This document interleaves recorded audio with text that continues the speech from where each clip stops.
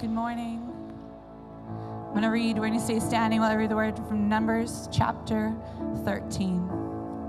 And it says, when Moses sent them to explore Canaan, he said, go up through the Negev into the hill country, see what the land is like, and whether the people who live there are strong or weak, few or many. Then verse 27, then they gave Moses this account. So they came back, and they had gone to the land, and they're coming back. We went into the land to which you sent us, and it does flow with milk and honey. Here is its fruit. But the people who live there are very powerful, and the cities are fortified and very large. Then Caleb silenced the people before Moses and said, we should go up and take possession of the land, for we certainly can do it. But the men who had gone up with him said, we can't attack these people. They are stronger than we are. And they spread among the Israelites a bad report about the land they had explored. Today, I want to talk to you just a message called Choose Your Spirit. Choose your spirit. Why don't we just give the Lord some praise, and you can have a seat. Well, we're so excited that you're here today. If we have not met, my name is Aimee. I serve here on the team. I'm so honored to be a part of this house, and I'm so excited to bring a word for you today. And so, I just love Kingdom Church. It is my home. It's been my home now for 5 years. This July marked 5 years of serving here at Kingdom Church on the team. So I just love this place, but I also love our Pastors Harrison and Christy.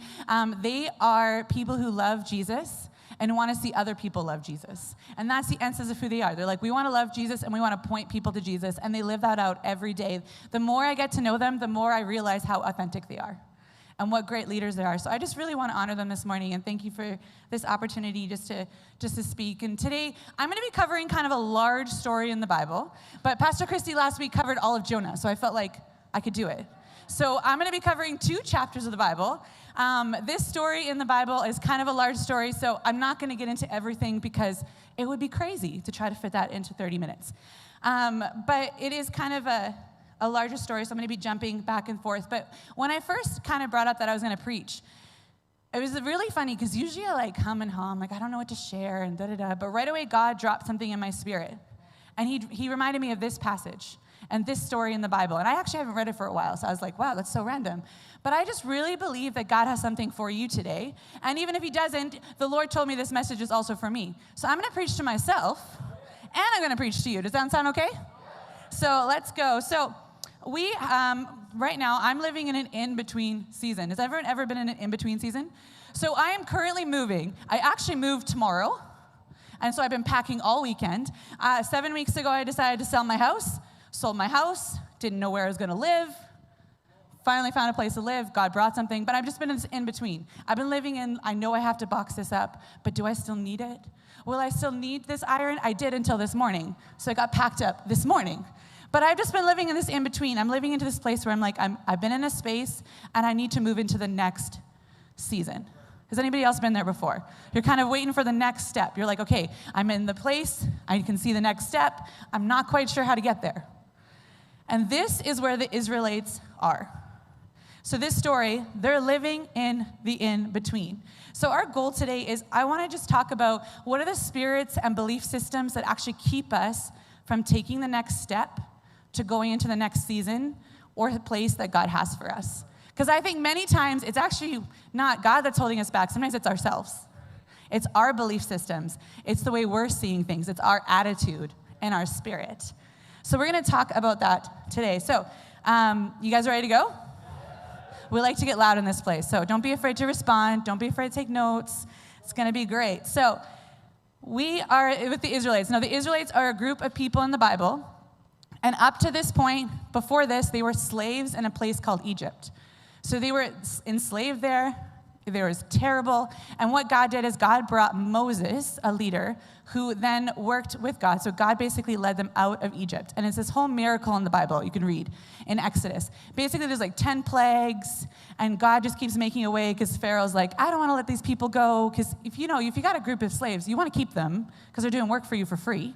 So he was like, I'm not going to let you go. So God just kind of made a way, and he did miracle after miracle, and he brings them out. Now, he doesn't just bring them out Israelites, he brings them out into the wilderness because they have to travel through the wilderness to get to the place that God wants them to settle. Okay, do you see the picture? So they're on their way, and on the way, the Egyptian army decides, actually, we don't want you to leave, and starts chasing them. So what God does is he actually opens up an entire sea called the Red Sea, and he actually opens it up so that they can walk across the sea on dry land. So I just want to get this picture. They have just come from miracle after miracle after miracle of God making the way through out of Egypt, and they're going through the wilderness. And the whole time, God's just working. He's like, I'm going to be a pillar of fire to light the way. I'm going to destroy the Egyptian army. So he basically wipes out a whole Egyptian army for them. They don't even have to lift a finger. And so they're coming out of this place, and they've just seen God move in a huge way. And now they're at this point where God's like, okay, I want you to take the next step. I want you to go into the next season. So they have this promise. So God had promised them this. They're like, hey, go into this land that I have promised you. So God's like, okay, this is where I want you to land, where you're settled. So they have a promise. They're in the in-between place, and they're about to step into a new season. So this is the context of where we are in the scripture. So as we keep going, one thing I want to keep in mind, I'm going to use the word spirit a lot. I might use beliefs. But spirit, what I'm really talking about is the intention and attitude and belief systems that underline our actions and thoughts. So have you ever had somebody and they're like, I'm fine, but their whole body screams otherwise? Right? You're like, hey, how you doing today? I'm fine.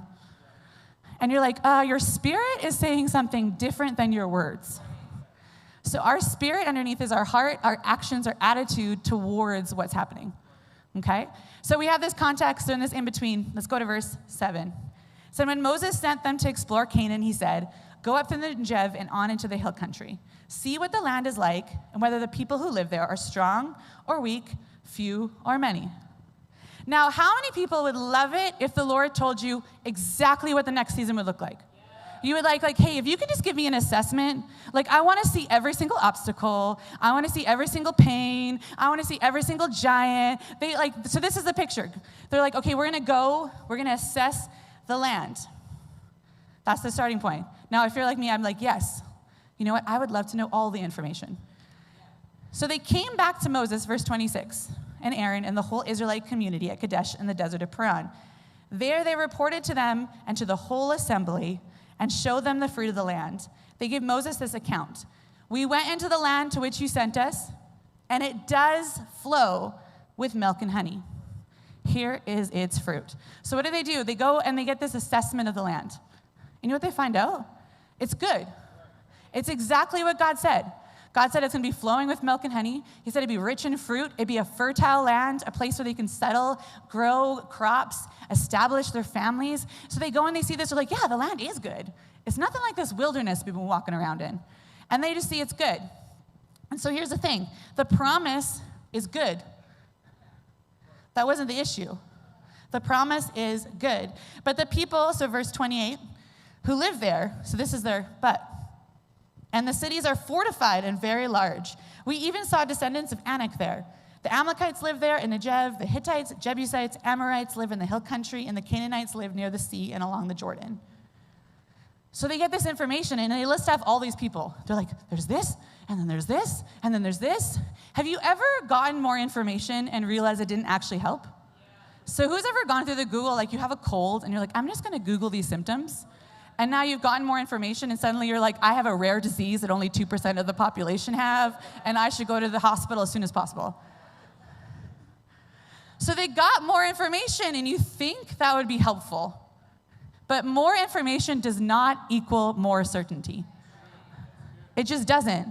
Here's the issue. Sometimes we can assess the next season or the next step God's called us to. It actually leads us to looking at it through lenses of just like an earthly perspective instead of a perspective of faith. And the issue isn't the information. It wasn't the fact that they came back and there's all these things. Those are facts. Those people live there. There were these obstacles.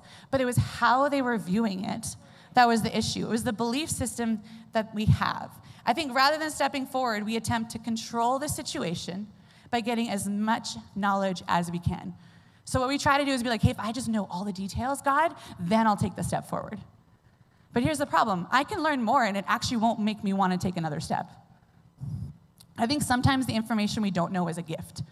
Because it actually might, I think our heart needs to be postured and ready to receive. So the problem with the spirit of control, so if I want to know everything, I have to know every single step, I want all the information, it actually reveals something we believe about God. It's subtly showing that we believe God doesn't actually know best. So when they bring this report up and they're like, but there's this and this and this and this, they actually started questioning the promise. But remember, the promise was good. But they started questioning it based on the information they had. But it wasn't the information, it was the spirit, the attitude they had towards that information. Many times the spirit and attitudes of our heart expose our faulty belief systems. So here's the thing, the land report actually it wasn't something that suddenly they felt this way. The land report actually revealed what was already there.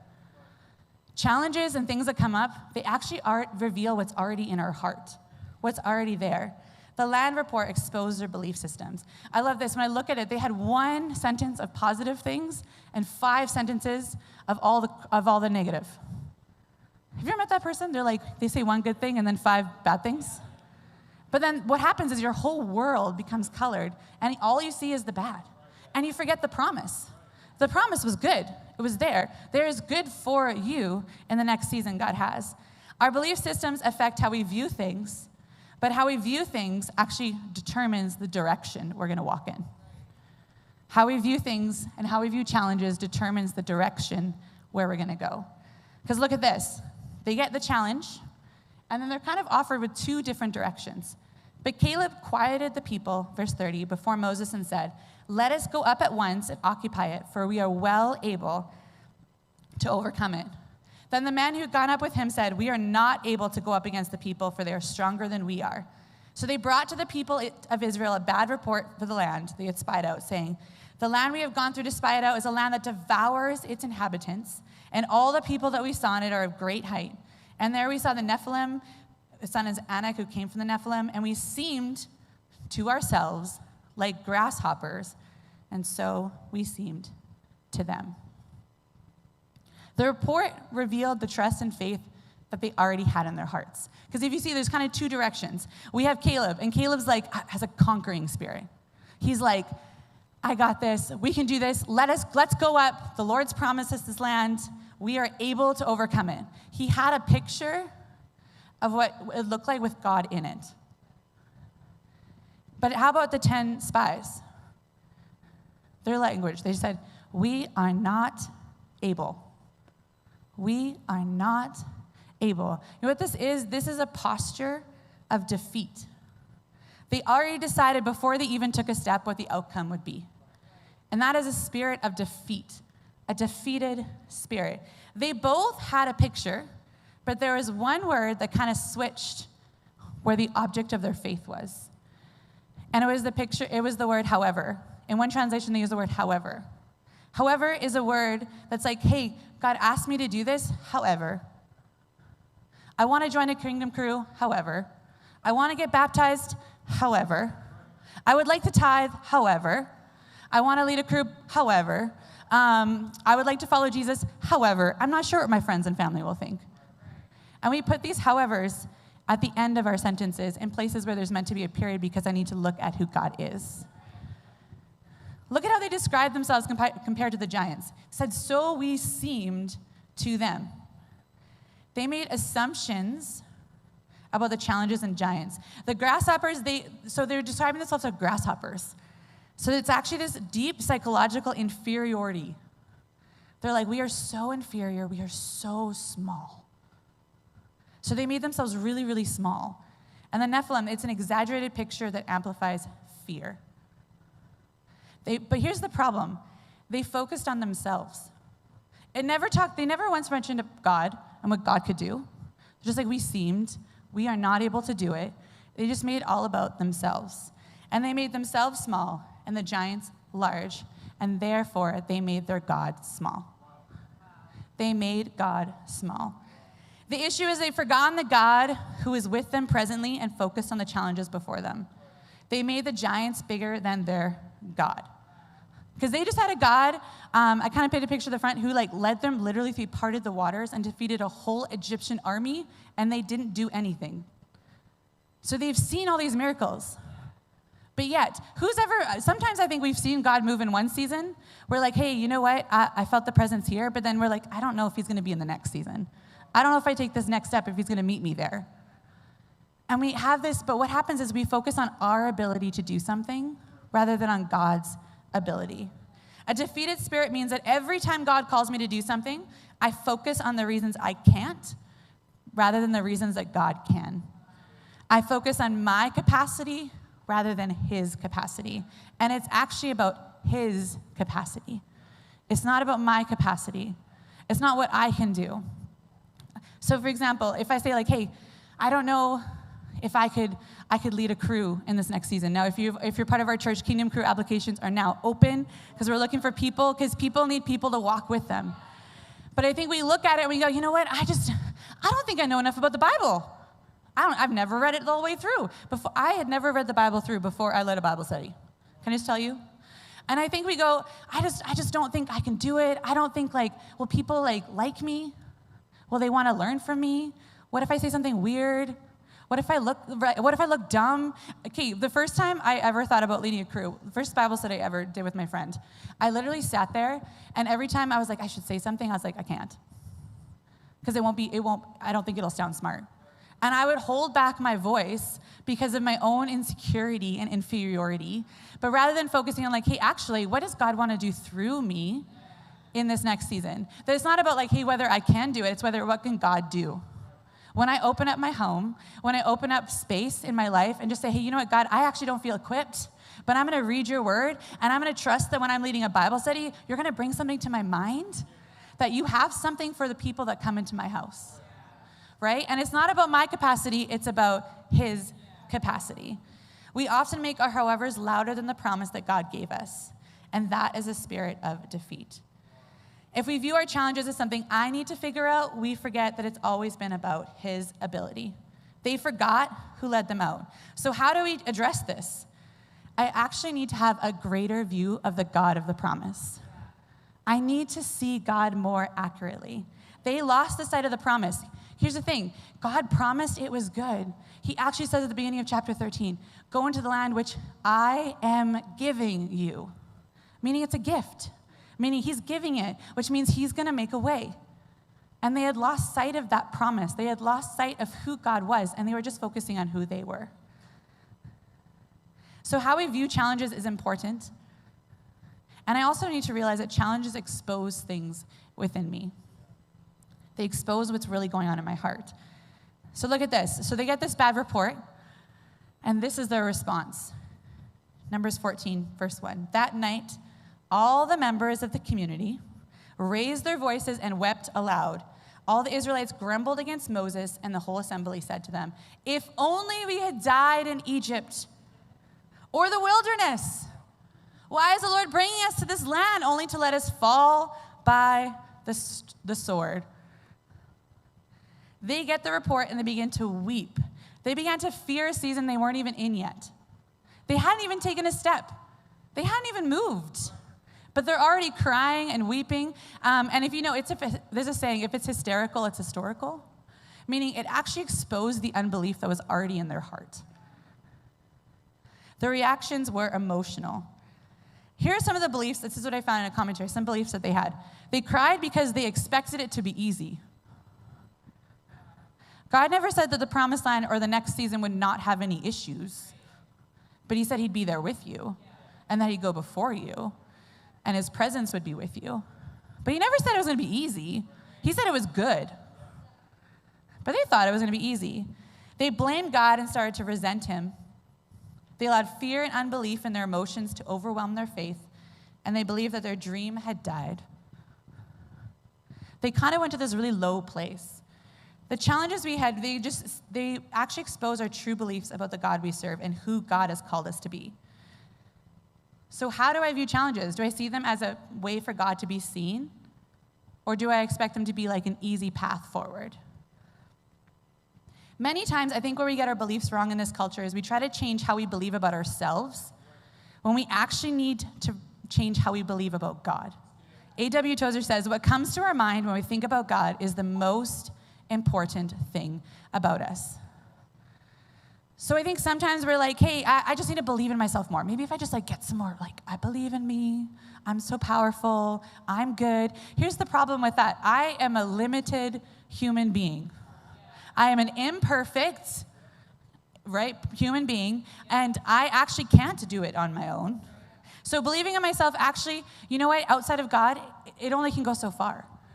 But if I have an accurate picture of who God is, I actually can have an accurate picture of who I am. I can. I read this the other day. It was this picture of hey, if you go to an art gallery and there's all these beautiful paintings, many times what you can do is you can go and just go to the other people there and be like, hey, you know what? What's this art mean? But if they're just visitors, they don't really know what the art means. They didn't paint it.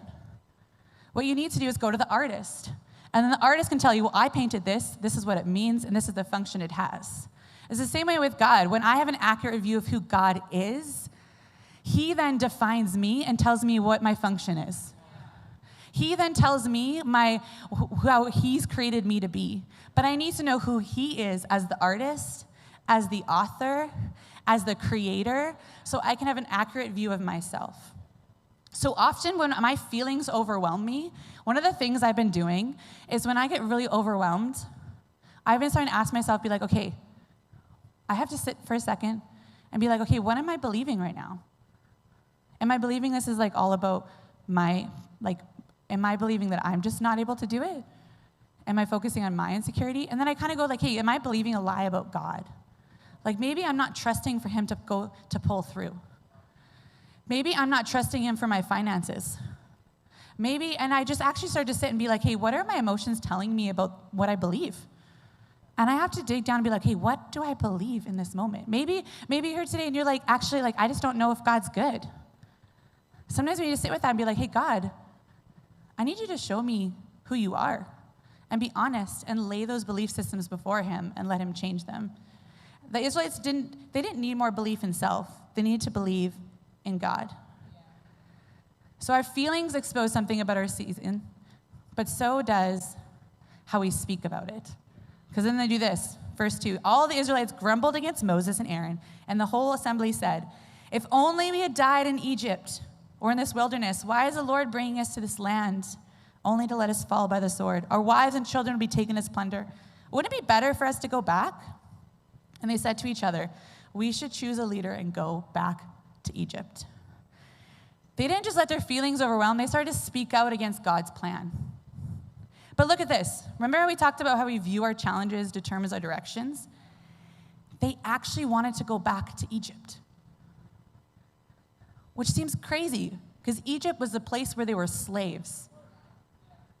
But sometimes when I don't have an accurate belief, going back to the familiar is always really appealing. Going back to the comfortable always feels like a better plan because it feels more secure. At least then I know what to expect. Egypt is their place of bondage. Did they forget they were slaves? The truth is, when I don't trust God to take me into the next season, the previous season of bondage will also always feel more familiar and more comfortable. We trade the good of the promised land for temporary comfort that always leads us back to bondage. What's interesting is sometimes it's easier. It's hey, you know what? I don't want to go back to that relationship, but it feels so much better than being alone. So I'll go back to that place, right? And so it's sometimes it's easier to fall back. You know what? I just don't think I can overcome this addiction. I think it's too hard. So I'm just going to go back to my habit. And we have this picture of hey, you know what? Maybe it'd be better if I just go back over there. But the truth is, we're going to miss out then on the good that God has for us in the next season. So don't let the giants or the things that kind of seem scary kind of take you out because, hey, our God is bigger and his presence is with you. What's interesting is their language. It was marked with complaining. If only, wouldn't it be better? Wouldn't it be better if we just went back? If only God didn't bring us in this wilderness. I mean, if only God didn't save us from a whole army. This is kind of their perspective. They're just complaining. A complaining spirit is when we despise our present circumstances and look to either be back where we were, or we want to jump into the next season without the process and journey needed to take us there. And the issue with complaining, it reveals that we have a distorted picture of God. Rather, we need to name the season as good, because God called it good. A complaining spirit keeps me from recognizing the gifts I have in the present. What's kind of funny about complaining is oftentimes we complain about things that we've actually wanted. Like you wanted that marriage, but now you complain about it. Or you wanted those kids, but now you complain about it. Or you wanted that job, but now you're complaining about it. Like the Egyptians, they wanted out of Egypt, but now they're complaining. And they're complaining because they can't see the gifts that God has right there in front of them. They are forgetting the miracles that God's doing right then and there. They forgot who God was. God described it as good. So here, we might get a little bit uncomfortable here. Are you okay with that? Sometimes what we complain about is maybe something we're actually the answer to. I think we get this with church a lot. This probably isn't you. I wish this church had like a women's ministry. Or I wish there was a crew for like people in my age group. Or I wish, and we kind of have when we start complaining. Now, I'm not talking about this church. Our church is amazing. But here's the thing. If you're in that season of life and you have that burden rise up, maybe that's a burden. And maybe God's calling you to start a crew. Maybe God's calling you to get a crew of women to come into your house, because you know what? A women's ministry event is once every couple months, but a crew can be every week or every other week, and I can build real community. Where I've seen women, when things go wrong, I've seen women go and like, here, I'll come watch your kids. I'll bring you a meal. I'll come and take you to the hospital if you need to. In those crews, we actually find community. We find life. We find people to do life with, where every 3 months might not do it. It's a good place of connection. But I think sometimes when we complain about things, sometimes I want to ask, like, hey, maybe is that a burden that God's calling me to take a step out in faith? It's because I see a need and I can fill it. I don't need to wait for someone else to fill it. I can fill it. Sometimes the Lord is calling you. What if instead of a complaining spirit, we had a posture of praise? Recently, my grandma just passed away back in July, and I just reflecting on her life. And my grandma, at one point, was a single mom with 4 girls. She took care of my grandpa when he had a stroke and was in a wheelchair for 13 years. But one thing my grandma never had was a spirit of complaining. Like every single time we got together as a family, you know the first things that came out of her mouth would be, isn't God so good to us? Isn't God so good to our family? And my cousins would actually, this sounds terrible, but my brothers and my cousins would actually make a bet to see how long until my grandma cried, because every single time we got together as a family, she'd cry when talking about Jesus. She'd be like, you know what, the Lord is so good to our family, we don't know where we'd be without him, and that was the continual posture of her heart. It didn't matter what she was going through. If you went to grandma's house for breakfast, she was in pain, she'd be like, isn't the Lord so good? And she just had this posture of praise and thanksgiving, and it was the greatest gift because she was the first person in my family to become a follower of Jesus. And now she has over 17 grandchildren, 30 great-grandchildren of people, and many of us are serving Jesus today.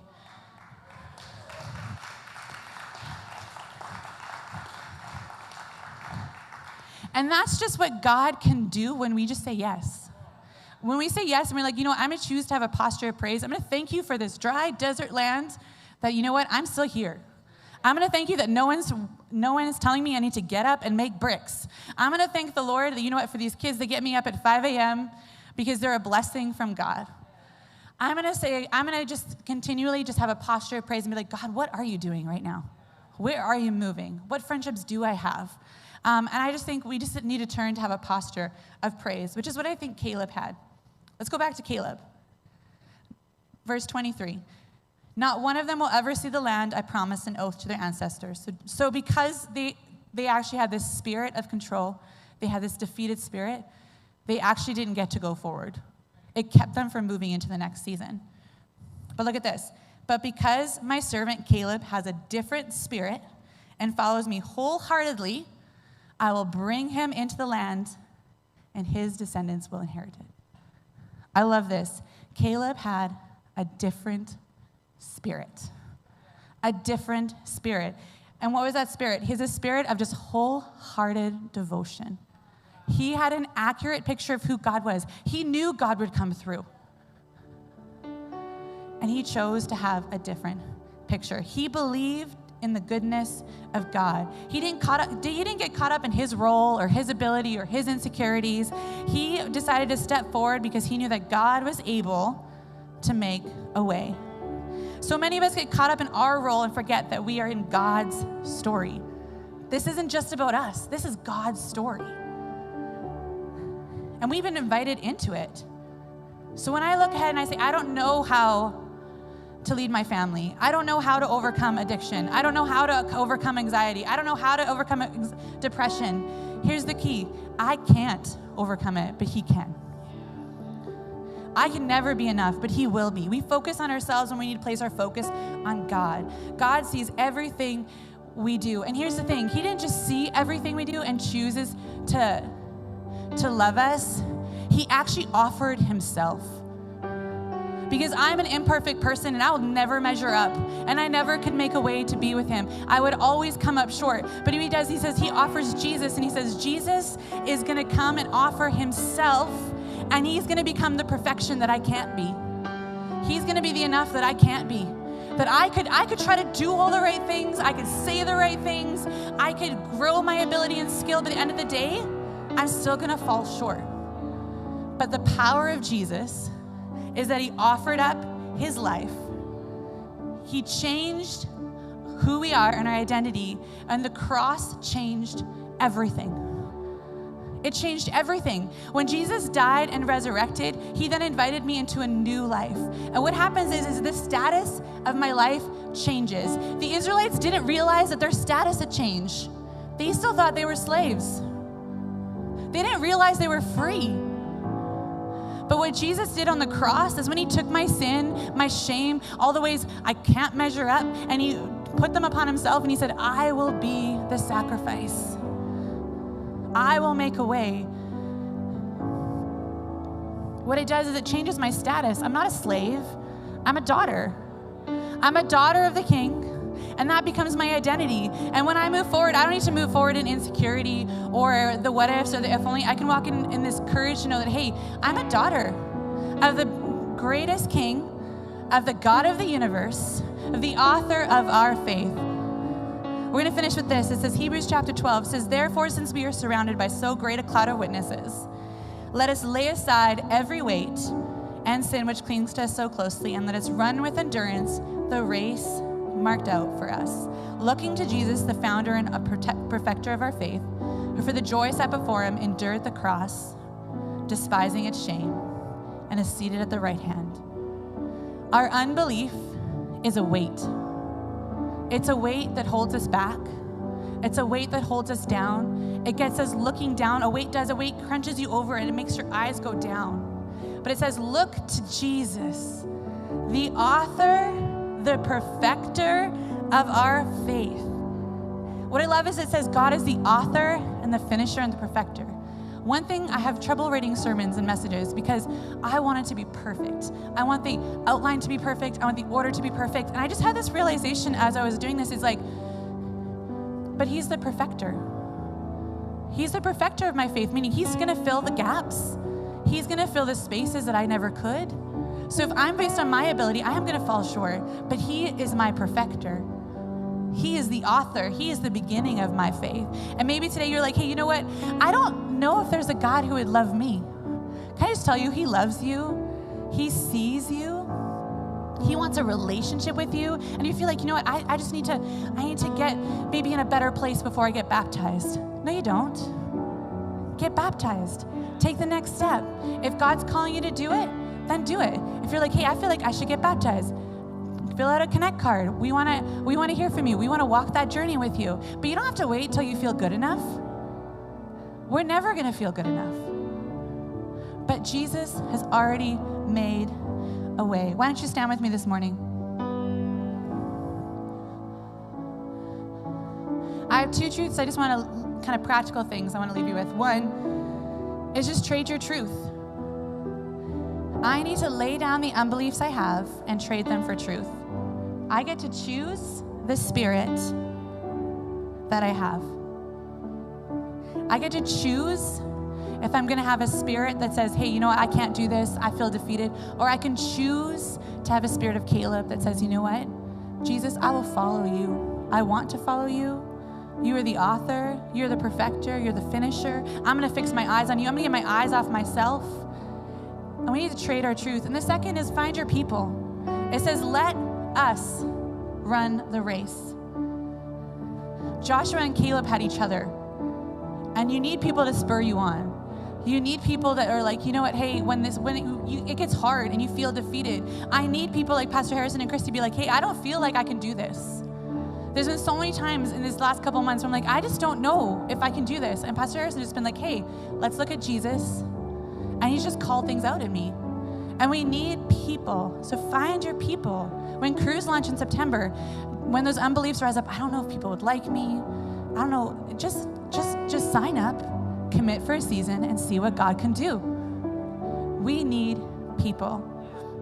So today, if maybe you've been living some lies of maybe you don't feel like God's not going to come through, or maybe you've been living the belief that, you know, hey, I'm just such a mess, that today God wants to come and replace it with the truth of who he is. So with every eye closed, I'm going to give you an invitation. So today, if you're someone who're like, you know what, hey, I've been feeling this knock, this kind of like, I need to take a next step. Like, I need to follow Jesus. Maybe I've heard about Jesus. Maybe I've heard about him, but I'm like, you know what? I don't feel like I'm enough, but I just need him. If you're today and you're like, I need to follow Jesus for the first time. I need to take that step. I need to choose a different spirit and say, you know what? I'm going to put my trust in Jesus today. And if that's you today, I just invite you on the count of 3. If you want to follow Jesus for the first time, to lift up your hand. In 1, 2, 3. Thank you. And today, if you're someone, you're like, hey, you know what? I've been believing a lie. I've been believing that maybe my God's small, or maybe I've been believing that I'm not enough, or maybe I'm believing that I can't do this, or maybe I've just been hesitating on that next step. And you don't want to just take a step of obedience today and say, you know what? I'm gonna go where you lead me, Jesus. And if that's you, I'd like to pray with you today. If that's you, and you just put up your hand, I'd love to pray for you this morning. Thank you. Jesus, we just thank you that you are the author, the finisher, the perfecter of our faith. We thank you that you came and gave your son, God, that we could have life and life abundantly. God, I thank you that your plans for us are good. And so, Jesus, we just lay down our lies, our insecurities, our fears. And I pray, God, that you would just show us your truth, that you are a God who is bigger than anything I can imagine. We give you all the praise and all the glory in your name.